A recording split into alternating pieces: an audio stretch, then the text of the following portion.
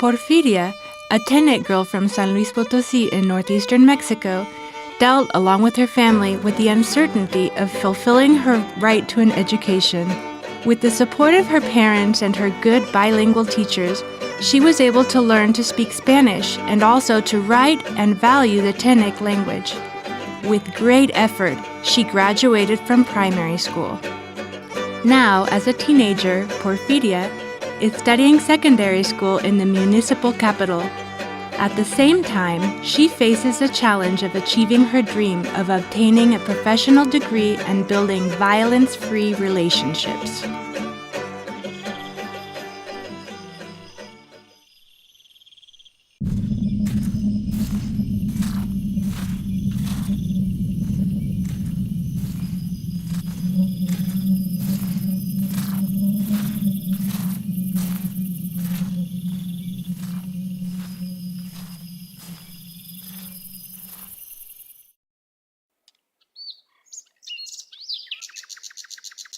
I'm sorry I'm late. These legs are not as nimble as yours. Porfiria turned around and saw a thin, hunched-over grandmother with long white hair approaching her. Next to her was a little dog. Is she talking to me? It seems like she can read my mind. Yes, little girl, I summoned you here today. Who are you? That doggy seems familiar. Look here, Porfiria. Ever since I found out you were going to be born, I promised that I would support you in hard times. Now, I'm no longer with you, but I know what you have been through, what you dream, and what you think. Now, I accompany you in your dreams. I am here because I know you're suffering. You haven't realized it yet, but I can see it in your eyes. Do you remember when your dog Anam fell into the water well and hurt her leg? Do you remember you took care of her so that she would not hurt herself? She wanted to play with you, and her injury ended up splitting open again. But she did not realize that she injured herself by playing because she was happy with you. But her wound ended up getting infected. You must not let anyone hurt you, nor should you hurt yourself just to make someone happy. Someone who cares for you won't hurt you. Porfiria paused a moment to reflect on what the grandmother had told her, and did not realize that she was slowly moving away. I wonder if she's my grandmother Ramona. What does she mean by that? I feel fine. When Porfiria reacted, she intended to ask her grandmother these questions, but she was already too far away to hear her.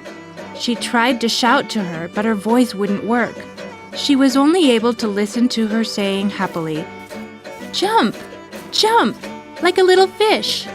That was what I always used to say to Anam.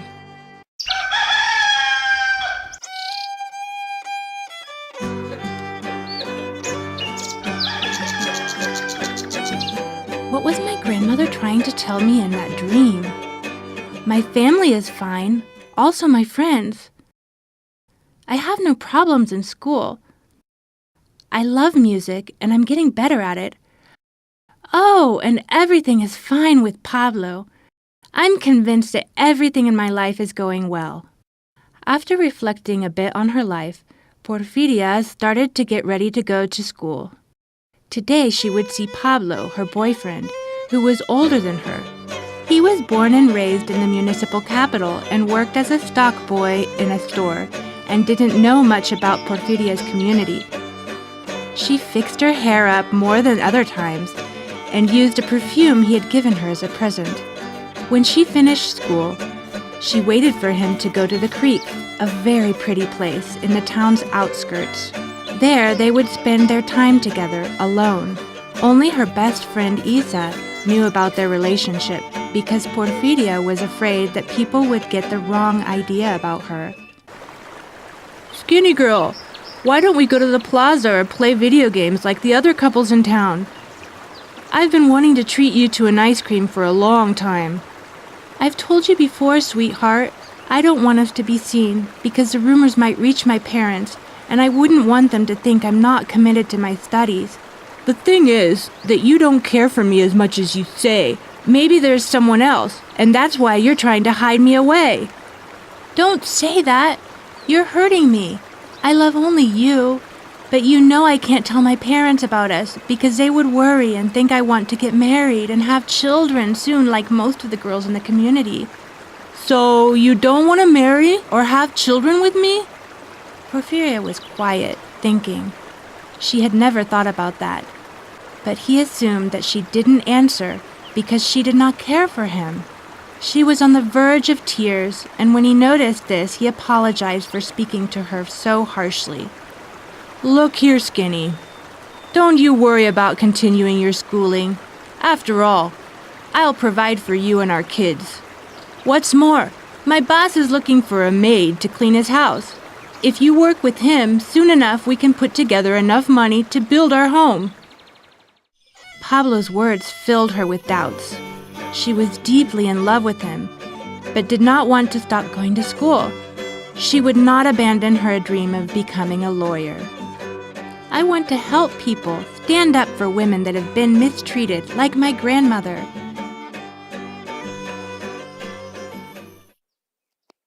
Let's see each other, Porfiria. I miss you. I have my midterm exams this week. You care more about school than you care about me, don't you? Porfiria felt guilty and agreed to see him just for a little bit. After that, she went to the house where she stayed during the week in order to attend school. But she realized that she needed some supplies for her final assignment, so she went down to the stationery store. There, she met one of her classmates. He was looking for the same supplies, and as they didn't find what they needed in that shop, they walked together to the one by the plaza. The next morning, when Porfiria was about to start school, she heard someone calling out for her, and when she turned around, she realized it was Pablo. Her heart started to beat really fast. She thought he was there to wish her good luck on her exams, but... So you don't have enough time for me, but you do find time to go out with other guys. I've already been told that you were seen with some fellow yesterday afternoon. Porfiria tried to explain that he was a classmate she met by chance at the stationery store, but he didn't believe her.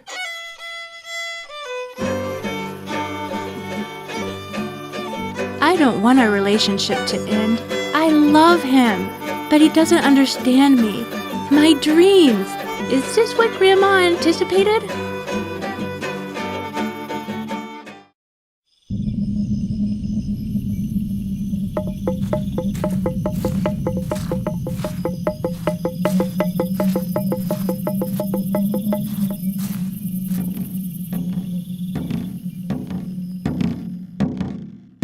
I know where I am, right inside my heart.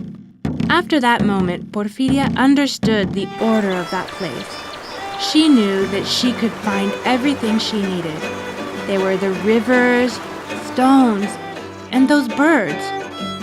Everything that had shaped her life at some moment could be found there, and she knew exactly where each thing was.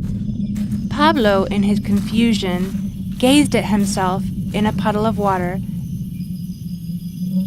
Is that me? He stood still in astonishment for a little while. Then he continued walking. Porfiria was behind him, avoiding being seen. He walked towards the tree. Grandma's tree!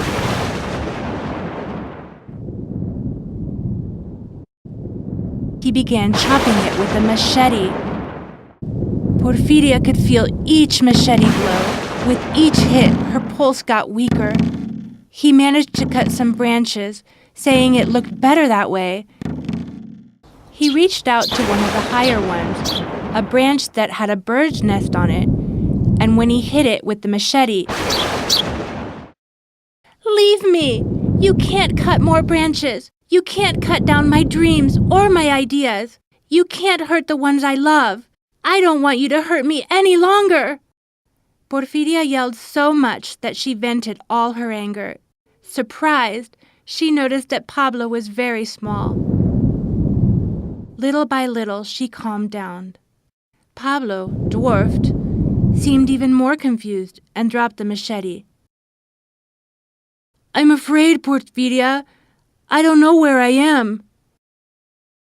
I'll help you. I'll show you this world. This place is nice, but I think it needs some changes. No, Pablo. This is my heart. It's my life. You can't change it at your will. It's up to me alone.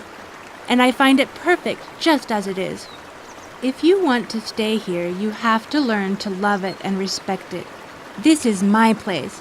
It's sacred, and I take care of it. If you want, you can help me keep it healthy, but you have no right to change it. The next day, Porfiria went to see Pablo at the store where he worked. They went for a walk around the plaza and sat down on a bench. She took his hand and talked to him about how she was feeling. She told him she loved him and that she did set aside time for them to be together, but if he didn't agree with what she wanted for her life, she could not keep dating him. She also said that she would only tell her parents about their relationship if he accepted her decision to continue studying and if he supported her in fulfilling her dreams, but she would never again let him hurt her. There was a long silence, after which he looked at her with sad eyes and responded that he didn't know why he felt so afraid. They had a long heart-to-heart. Pablo told her about how his parents and friends thought about those things. Porfiria understood where his fear came from. He said he didn't want to be like them, but didn't know how to avoid it. You know, Isa, Pablo may be my partner for life, or he may not be. But I do know that I feel stronger, because I know that I will not let anyone hurt me. In the meantime, I've got to pass those exams and work hard to achieve all my dreams.